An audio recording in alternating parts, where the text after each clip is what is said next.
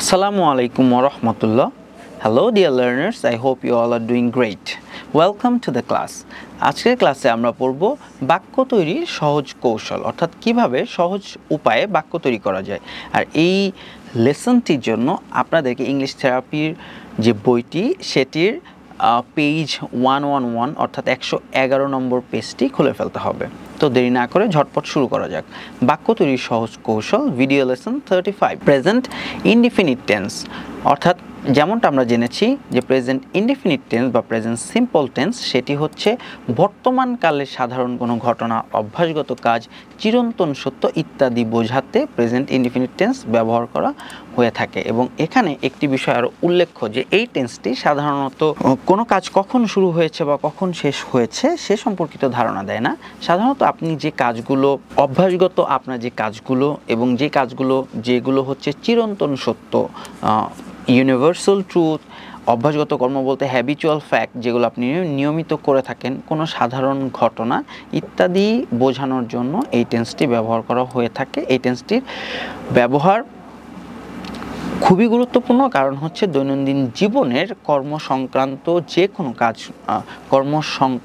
যে কোনো ভাব প্রকাশের ক্ষেত্রে এই টেন্সটি ব্যবহার করা হয়ে থাকে।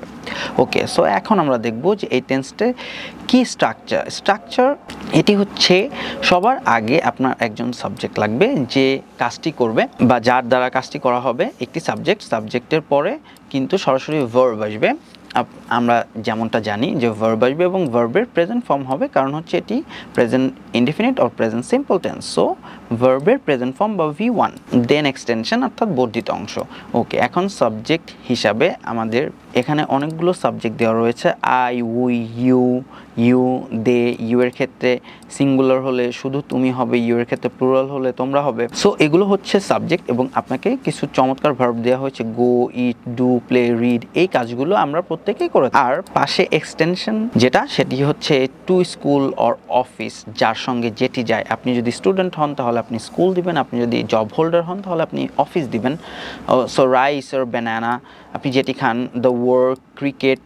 আপনার কাজ হচ্ছে এখান থেকে সাবজেক্ট নিয়ে, এখান থেকে ভার্ব নিয়ে এবং এখান থেকে এক্সটেনশন নিয়ে সুন্দর সুন্দর বাক্য তৈরি করা এবং সেগুলোকে নোট করে ফেলা বা নোট আকারে লিপিবদ্ধ করা। ওকে, সো এখানে আমি যদি সাবজেক্ট আই হিসাবে যদি আমাকে নিই বা আমি যদি সাবজেক্ট আই বা আমাকে দিয়ে যদি আমি শুরু করি, তাহলে সবার আগে আমি বলবো I go to office. I হিসাবে আমি নিজেকে নিই, তাহলে কিন্তু আই ইট রাইস ও I eat banana, I play cricket ও football, I do the work, I go to school or office. আবার যদি দেকে নিই তাহলে কিন্তু they play cricket or football, they eat rice, they go to school or they go to office, etc. এবং subject যদি হি অথবা শি অথবা ইট অথবা রানা অথবা মাই মাদার, অর্থাৎ রানা বা যে কোনো নাম এবং ইট বলতে ইহাকে নিই এবং হি অথবা শি এগুলো নিই, তাহলে কিন্তু অবশ্যই এই যে সাবজেক্টগুলো এরা কিন্তু থার্ড পারসন এবং প্রত্যেকে কিন্তু সিঙ্গুলার নাম্বার, অর্থাৎ এরা কিন্তু একজন। এই সকল ক্ষেত্রে এই যে ভার্বগুলো, সমস্ত ভার্বগুলো শেষে কিন্তু আপনাকে এস বা ইয়েস যুক্ত করতে হবে, কারণ হচ্ছে সাবজেক্ট। আপনাদেরকে শুধুমাত্র প্রেজেন্ট ইনডিফিনিট টেন্সের ক্ষেত্রে এতটুকু মনে রাখতে হবে যে সাবজেক্ট যদি থার্ড পারসন সিঙ্গুলার নাম্বার হয় তাহলে অবশ্যই আমাদেরকে ভার্বের শেষে এস বা ইয়েস যোগ করতে হবে। যেমন he walks to the school or he walks to the office. She writes a letter. তারপরে হচ্ছে it helps the work or it helps the poor. My mother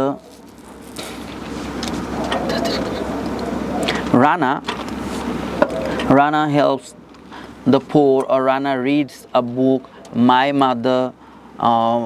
mother eats banana, ইত্যাদি। ওকে, so এখানে আপনার যে কাজটি হবে সেটি হচ্ছে সাবজেক্ট পরিবর্তন করবেন এবং ভার্ব পরিবর্তন করবেন। এখানে আমরা 5টি এবং 4টি 9টি ভার্ব দিয়েছি। আপনার কাজ হবে আপনি হচ্ছে দৈনন্দিন জীবনে যতগুলো কাজ করেন এর বাইরে সমস্ত ভার্বগুলোকে নিয়ে এবং আপনার যে প্রেক্ষাপট, অর্থাৎ আপনি অফিসে যান বা আপনি যে কোনো কাজ করুন না কেন সেই প্রেক্ষাপটগুলোকে নিয়ে এক্সটেনশন তৈরি করবেন এবং সেখান থেকে চমৎকার বাক্য তৈরি করার চেষ্টা করবেন এবং চর্চা করবেন। সাবজেক্ট স্ট্রাকচার সেটি সেম থাকবে, শুধুমাত্র শব্দগুলো হবে আপনার এবং নানান ধরনের ভার্বকে নিয়ে আপনি নতুন নতুন বাক্য তৈরি করার চেষ্টা করবেন। ওকে, যেমনটা আমি বলেছি, সাবজেক্ট যদি থার্ড পারসন সিঙ্গুলার নাম্বার হয়, হি, শি, ইট বা একক নাম যেমন রানা দ্য বয় হয়, তবে ভার্বের শেষে এস বা ইয়েস যোগ হবে। যেমন he writes letter, Rana helps the poor, তবে ভার্বের শেষে ওয়াই থাকলে ওয়াই উঠে আই হবে এবং ইএস যোগ হবে। যেমন ক্রাই থেকে ক্রাইস, ওয়াই এর আগে ভাওয়েল থাকলে এস হবে এবং ওয়াই এর আগে কনসোনেন্ট থাকলে উপরের নিয়মটি হবে। এটি একটু খেয়াল করতে হবে আপনাদেরকে যে যদি ওয়াই এর আগে ভাওয়েল থাকে তাহলে কিন্তু এস হয়, যেমন ক্রাই থেকে হয়ে গিয়েছে ক্রাইস। কিন্তু যদি ওয়াই এর আগে কনসোনেন্ট হয় তাহলে কিন্তু অবশ্যই উপরের নিয়মটি অনুযায়ী হবে। মনে রাখুন, সাধারণত ভার্বের শেষে এস যুক্ত হয়, কিন্তু ভার্বের শেষে যদি S, double S, S H, C H, X, G O Z O ইত্যাদি থাকে তবে ভার্বের শেষে ইএস যুক্ত হয়। যেমন গ্লাস, যেমন মিস। মিস একটি শব্দ, MISS, মিস। এটিকে যদি আমি প্রেজেন্ট সিম্পল টেন্সে বলি তাহলে হি মিসেস মি, এই মিসেসে কিন্তু অবশ্যই আপনাকে ইএস যোগ করতে হবে, মিসেস, হি মিসেস মি। ওকে, তারপর হচ্ছে SH,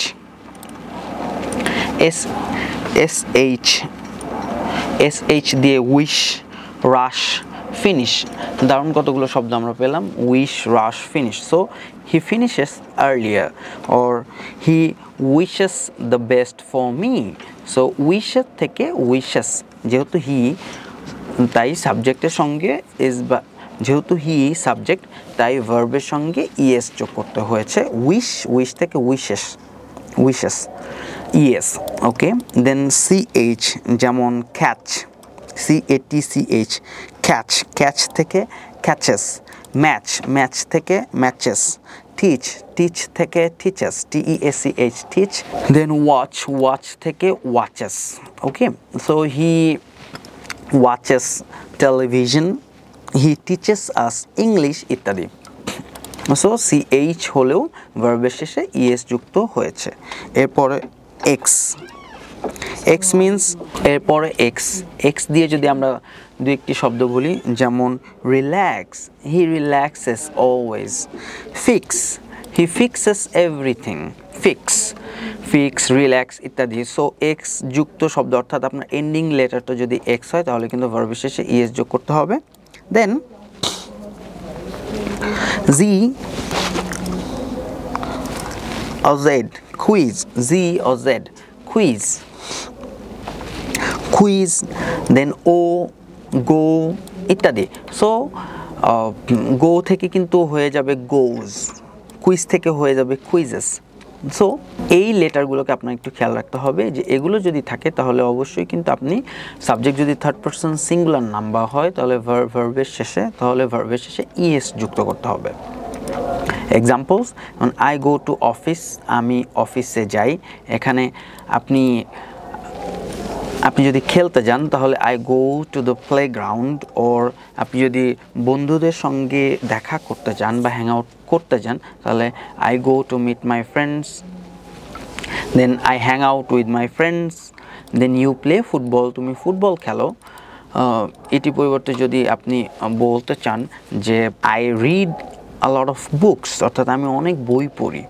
হ্যাঁ, সো এগুলো কিন্তু সমস্তটাই প্রেজেন্ট সিম্পল টেন্সের মধ্যে পড়বে। যেমন শি রিডস দ্য বুক, সে একটি বই পড়ে। He plays cricket, say cricket খেলে। উই রিড স্টোরিজ, আমরা গল্পগুলো পড়ি। দে হেল্প দ্য পোর, তারা দরিদ্রকে সাহায্য করে। She walks on the floor, সে মেঝেতে হাঁটে। হি গোজ টু স্কুল, সে স্কুলে যায়।